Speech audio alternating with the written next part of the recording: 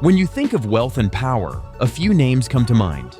But the richest black families in the world are rewriting the rules. From booming empires in Africa to tech giants in America, their stories are filled with grit, vision, and billions that shape industries worldwide. Number 1, Aliko Dangote.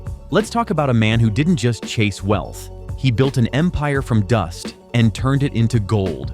Aliko Dangote was born in 1957 in Kano, Nigeria. Dangote came from a wealthy Hausa Muslim family. But having money in the family didn't mean he coasted through life. As a child, he sold candy to classmates just to make a small profit. That mindset stayed with him forever. He got a $3,000 loan from his uncle and started buying and selling commodities. In 1977, he formed Dangote Group, which focused on importing basic goods like salt, sugar, and rice. These weren't luxury items, but essentials, things people use every day. By the 1980s, his operations expanded, and by the 2000s, he had turned towards cement. When Nigeria's government privatized Benue Cement, Dangote didn't wait around. He seized the opportunity and took control. Then came one of the biggest moves in African business history. In 2013, he began constructing Africa's largest oil refinery, a massive project that took 11 years and $23 billion to complete. It finally began operations in 2024. That single refinery shifted Nigeria's economy and added $10.5 billion to his net worth within a year. He owns the second largest sugar refinery in the world, runs factories across Africa, and is a symbol of African industrial power. His empire is not just wealth, it's national infrastructure. He doesn't just employ thousands, he keeps entire industries alive. Dangote's family has become the face of modern African wealth. No gimmicks, no tricks, just persistence, planning, and building brick by brick. Now his net worth is $23.9. Number 2, David Stewart. David Stewart was born into a world that told him no before he ever had the chance to speak. Born in 1951 in Chicago and raised in Clinton, Missouri, he grew up in a town that barely tolerated his presence. But hardship doesn't stop everyone, it sharpens a few, and David was one of them. He started working in sales. At Federal Express, he was so good that in 1981, he was named Salesman of the Year. That wasn't luck. That was skill, grit, and hard work. But Stewart wanted more than just a title. In 1990, he launched Worldwide Technology.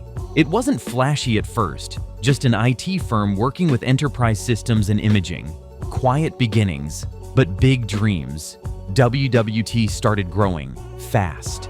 By 1999, he spun off a telecom division called telcob.com. Even when the tech world stumbled during downturns, Stewart kept pushing. In 2003, the combined revenue of his companies hit $1 billion.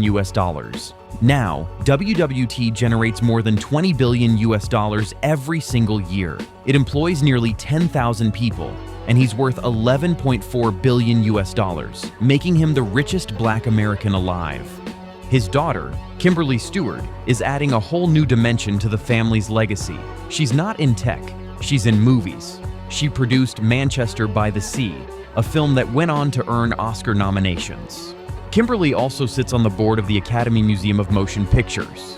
Between David's empire and Kimberly's influence in Hollywood, this family is rewriting what Black success looks like in America. Their name is on the list, not just for wealth, but for changing the way people think about it. Number 3, Robert F. Smith. You probably know the names of tech moguls like Musk or Bezos, right? But Robert F. Smith is in a different league, and he's still under the radar for many. Raised in Denver, Colorado, in a home where education and social justice mattered deeply, Smith was introduced to the world of ideas and leadership from the beginning. His parents were educators with PhDs, and when his mother took him to the March on Washington in 1963 as a baby, it was a message that he was born into a world that needed bold voices. Smith didn't want fame. He wanted systems, structure, strategy. In 2000, he started Vista Equity Partners. Quietly. No big launch parties, no TV commercials, but this firm would become the most powerful Black-owned private equity group in the world. Vista focused only on enterprise software. Not exactly glamorous to most people, but Smith saw something others didn't. His firm began buying software companies, improving them, and delivering consistent results. By 2019, Vista had already closed more than $46 billion in deals. Now it manages over $100 billion in assets. With over 700 employees, Vista ranks just behind tech giants like Oracle and Microsoft when it comes to enterprise software. But Smith stays mostly behind the curtain. His methods are private, quiet, but incredibly effective. He's been named Game Changer of the Year and has appeared on Vanity Fair's new establishment list. His net worth is now $10.8 billion. He doesn't just talk about impact, he lives it. From donating to student loan funds to backing tech education for minorities, Smith uses his wealth with purpose.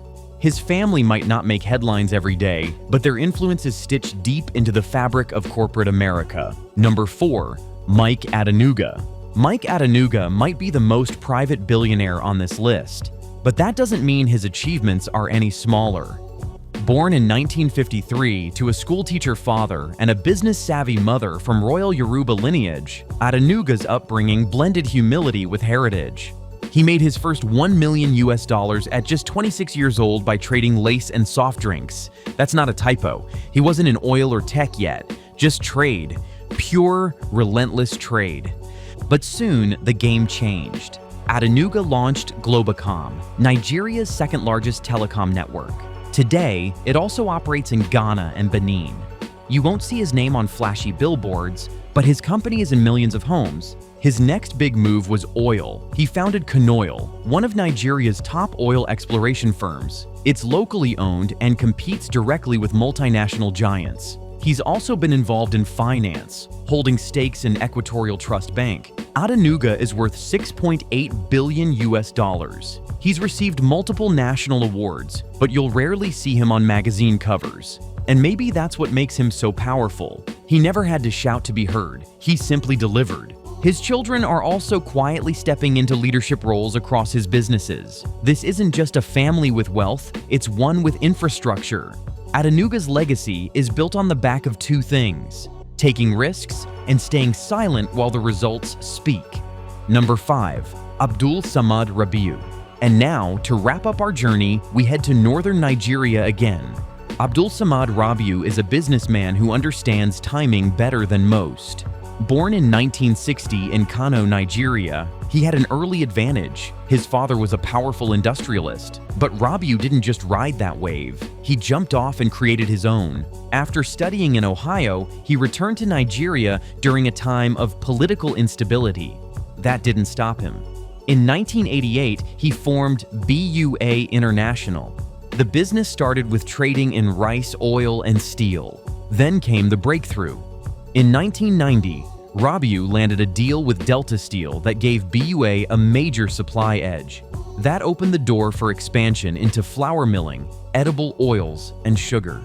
In 2008, he broke an 8-year monopoly in Nigeria's sugar industry by launching his refining plant. 1 year later, he entered cement. In 2015, BUA built a new cement plant with an investment of $900 million. BUA Group is now a giant in African cement, sugar, and infrastructure. Rabiu's net worth stands at $5.1 billion. But wealth isn't his only focus. He started the Abdul Samad Rabiu Initiative, which funds hospitals, schools, and development projects across Nigeria and beyond. His business may have made him rich, but it's his vision for development that made him respected. Rabiu's family continues to play a major role in his operations. They're not just heirs, they're executors of his long-term plans. They know the value of work, of building something real.